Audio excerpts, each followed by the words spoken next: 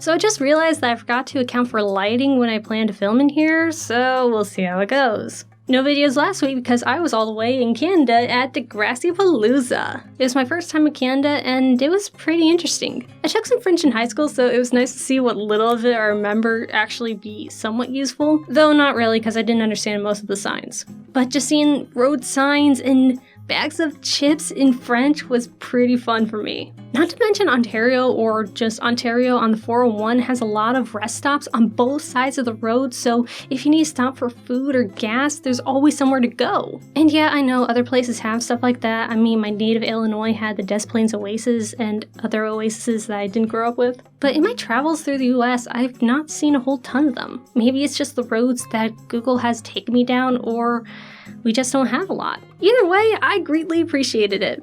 And I tried my best not to look like some American tourist, but how much can you do when it's your first time in Canada? In a foreign country at that, because I'd never been outside of the US before. But what you probably want to hear about is the convention itself, so boy. It was a lot shorter than I thought, but then again, I guess it makes sense. Not only is it a big undertaking to plan a convention at all, but not every convention doesn't need to be Comic-Con or Anime Expo. And especially being the first Degrassi event of its kind, it's kind of hard to tell how much interest there would have been or what kind of things you could have that people might like. What they did had, I liked fair enough. Unfortunately, I was and am rather broke from moving and a whole bunch of other stuff, so I couldn't do any of the fan meet and greets or lunch with the actors and stuff. So I don't really have any cast pictures to show you except for the ones that you've probably already seen, also because, well, in the main hall there was a rule against no filming or recording or taking pictures, which is entirely fair. As was pointed out at the event, this is the first time for a lot of actors and the crew members that were there to experience anything like this. Us fans have grown up with their faces, and there were some people there who have visited the different conventions and already seen how big Degrassi really is. But as was pointed out at Degrassi Palooza, this was the first time a lot of the people involved with the show were actually seeing how big of a reach it had. Again, I don't have anything to show you of it, but there were quite a few people at the creative team panel alone. And that's the kind of stuff that I did get to do, because even if I'm broke, I could still go to the free panels. Well, somewhat free, because I still had to pay for the tickets. I went with Tarbuck Transom, and we both were fascinated by the things we learned. For instance, it was confirmed for me that, at least in the Degrassi High and Junior High era, when an actor left, it wasn't because the writers didn't want to write for them. Much of the time, it was the actor's choice to go, so someone like Rick Monroe or Stephanie Kay just disappearing wasn't exactly what the writers planned for. And I feel that's especially important because if you spend any time in the Degrassi fan circles, you'll often hear, oh, well, the writers just wanted to get rid of them, or things happening because the writers have total control over the series, which that's not the case. Something else I was really interested to find out was that a lot of the details that I've noted in some of my videos and have praised the show for were just put on in the last minute. Like certain costuming decisions and details about the set were just kinda there just before shooting. That's not to say that no one had the thought in the moment like, oh, this would really add into Stephanie's this or Joey's that, but it also means that no one was thinking about it as they were writing the script, which is fine and frankly doesn't alter my experience of the show. I was also fascinated to learn that they burned down the junior high school so then they could only go on to Degrassi High, they couldn't go backwards, which, you know, makes sense. If you're tired of doing it, then make it so no one can force you to do it. I also got to learn a little bit why Mr. Radich and Miss Avery eventually left the show. And again, it wasn't so much that the writers wanted to get rid of them, it was for personal reasons. Basically that Degrassi was such a small-time production that they at some point couldn't justify the financial burden of still being on the show. It makes me think, well, maybe the reasons why we end up switching teachers so much is because some of them find it not financially viable. Again, it's typically not for the writers to choose, and if they could, I'm sure they would keep a cast of teachers about. Unfortunately, I did not get to personally meet a lot of cast members, but there were a few interactions. For the most part, I tried to avoid talking to them outside of panels and specific meet and greets because it can be overwhelming in their situation. I've not experienced anything like what they were going through, but I've heard enough testimonials from other people who were. And the last thing I wanted to do was make them feel uncomfortable or as though it was something they wouldn't want to do again. But I did get to meet Nicole, the person who played Stephanie Kay. I knew I should have looked it up. Oh well, I'm recording, so let's roll with it. I'm not really good with names anyways. I'm lucky if I remember my own.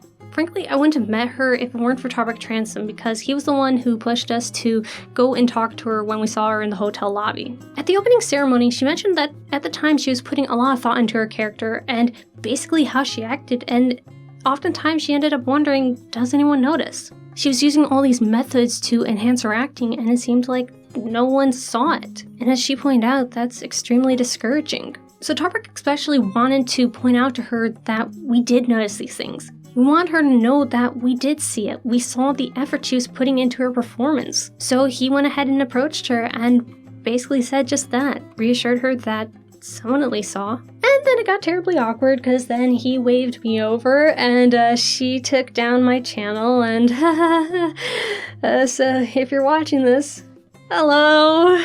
That's another reason why I didn't really want to meet people, because I'm incredibly awkward and what do you even say? Oh hey, I've really become accustomed to your character on TV, and I know you're nothing like them, but hello. It's just really awkward because you know someone through their work, but you have to remind yourself that their work isn't necessarily them. You feel like you know them so well when you actually don't, and so now you're at a loss for what can I really say to them other than what was it like being this other person or creating these people.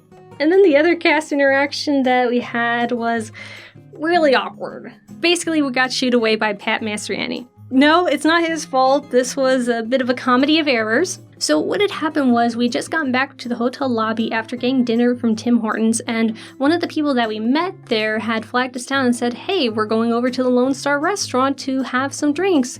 Some of us people, attendees are all gonna meet there. You should join. And we're like, okay, cool, we're gonna go eat, maybe we'll join you. So we're sitting in our room eating and we think, maybe we should try to go down and mingle, you know, maybe there'll be a cast member or two there telling stories that would be interesting to hear. So after about 5-10 minutes-ish, we go down to the Lone Star restaurant, which is a few doors down from the hotel, and we don't see the person that we know or anyone else with Degrassi badges, so we go to the hostess and say, hey, there's supposed to be a group of people from Degrassi Palooza here drinking. And so she's like, well, I don't know anything about that, but I know there's a group of Degrassi people with space reserved over here. I'll go take you to them. So we go and follow her, and we still don't see the person that we know, but instead we see the cast and crew and volunteers and vendors, and we're like, is this where they are? What do we do? And Tarbuck and I stand there for a good 3 minutes, just looking at everyone like, where are they? So it's at that point when Pat Mastroianni comes over to us, says, hey, are you part of the crew? And I say, no, we are attendees at Degrassi Palooza. And he basically says, oh, this is a staff event only, you can't be here. And that's my entire interaction with Pat Mastroianni. I just realized I might have been saying Mastroianni wrong, so if I have, I apologize for that. And more importantly, I apologize for that whole situation. I did not mean for that to happen. The last thing I wanted was to invade a private gathering and basically be the paparazzi-ish a fan, whatever the term for it is. But yeah, either way, I got to talk to Pat Mastroianni, even though it was a little awkward.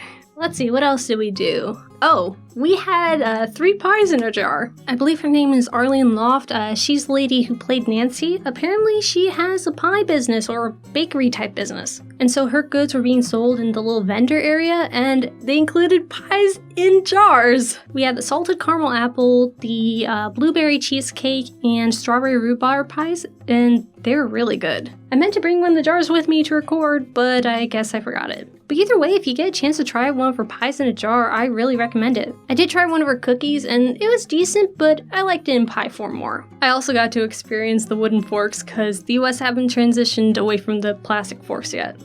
So that was interesting. Worked out a bit better than I would have thought. Oh gosh, there were another couple of vendors that I really liked. Midnight Taylor or something like that. I'll have something right here given their actual business name, but they're really cool people. They had some interesting stuff like buttons, ties, headbands, earrings. I actually have one of their buttons right here. Not sure if you'll be able to see it, but it's Swamp Sex Robots. You'll remember that's the name of the video that Arthur and Yick were trying to watch when Mom and Stephanie were away. But yeah, it's one of the highest quality buttons that I've ever seen. Instead of that smooth plasticky front, it's actual like cloth or texture, something textured. It was printed onto the cloth itself, not like covered with resin or something. And I did get to talk to them extensively, unlike some of the cast members, and they're really cool people. I suggest looking them up if you can. They might still have some Degrassi merch. It's going quickly though. I'll probably have a website down here or something, but really, check them out. They're pretty decent people. I know I'm forgetting some other stuff about the weekend, but I can't remember too much. Just a lot of interesting information, like thinking about diversity in Degrassi, what they did right, what they might have been able to do better, gaining some insight to how the show actually worked versus our sort of idea of how a TV show is run, especially a show like Degrassi on such a tight budget, and how the people involved with the show that I love dearly see it. A lot of them never really realized the show's reach and power and how fervent of fans it had until this weekend, really. Just how much staying power Degrassi has, even in the year 2019. How the work these then teenagers in the 80s and 90s undertook still lasted into 2019. As pointed out at the Degrassi Palooza, when you're in the middle of it, it's basically just a job. You don't really get how you're affecting someone because that's just all you know. And that really struck home with me because that's how I feel when making my videos. I'm just being me and just talking out my mouth. I'm just editing in a few images and recording a few words. That's all it really feels like I'm doing. It's a really nice experience, and I'd be interested in doing something like this again. Ideally, when I had more money to actually be able to get some pictures and talk to some of the people personally, but what I did get was more than enough for me. But what I did get, I greatly value. It was an experience that I was glad to have, especially because it gave insight to one of my favorite shows of all time. And one more story that I want to mention before I go is that, so when we were coming into Canada, crossing the border from the US to Canada, we were talking to the Border Patrol agent about why we were there, and we explained, yeah, we're here for Degrassi Palooza. And he said something to the effect of, you get Degrassi in the US? I thought that was pretty funny, and I guess no one told him that Degrassi is one of Canada's biggest exports. Hello, so this is my temporary recording space. I'm actually not at my house. I'm actually at my local library recording this because it's way too echoey where I am and I don't really have a good space to set up and record a face video. Actually, the last few videos were recorded here at the library, which has its ups and downs depending, but so far it's okay. So I recently found out that YouTube has level caps, and depending on the tier that puts you in, basically what type of content you make, it will only push your content so far. For instance, as MatPat was told, because he makes video gaming content, he can't be considered a high-level influencer. He's stuck in mid-tier. I don't know what tier the stuff that I make would be put at, but if you actually care to see that, check out this Discord invite link because YouTube won't make sure you see it. There you'll have a content stream of the stuff I create and am involved with my friends in, and you can talk to me in my NotAVampyre Crypt channel, or as always, you can catch me on Twitter at NotAVampyre. Thank you very much for consuming this video, and until next time. Okay, now hopefully my camera didn't give out.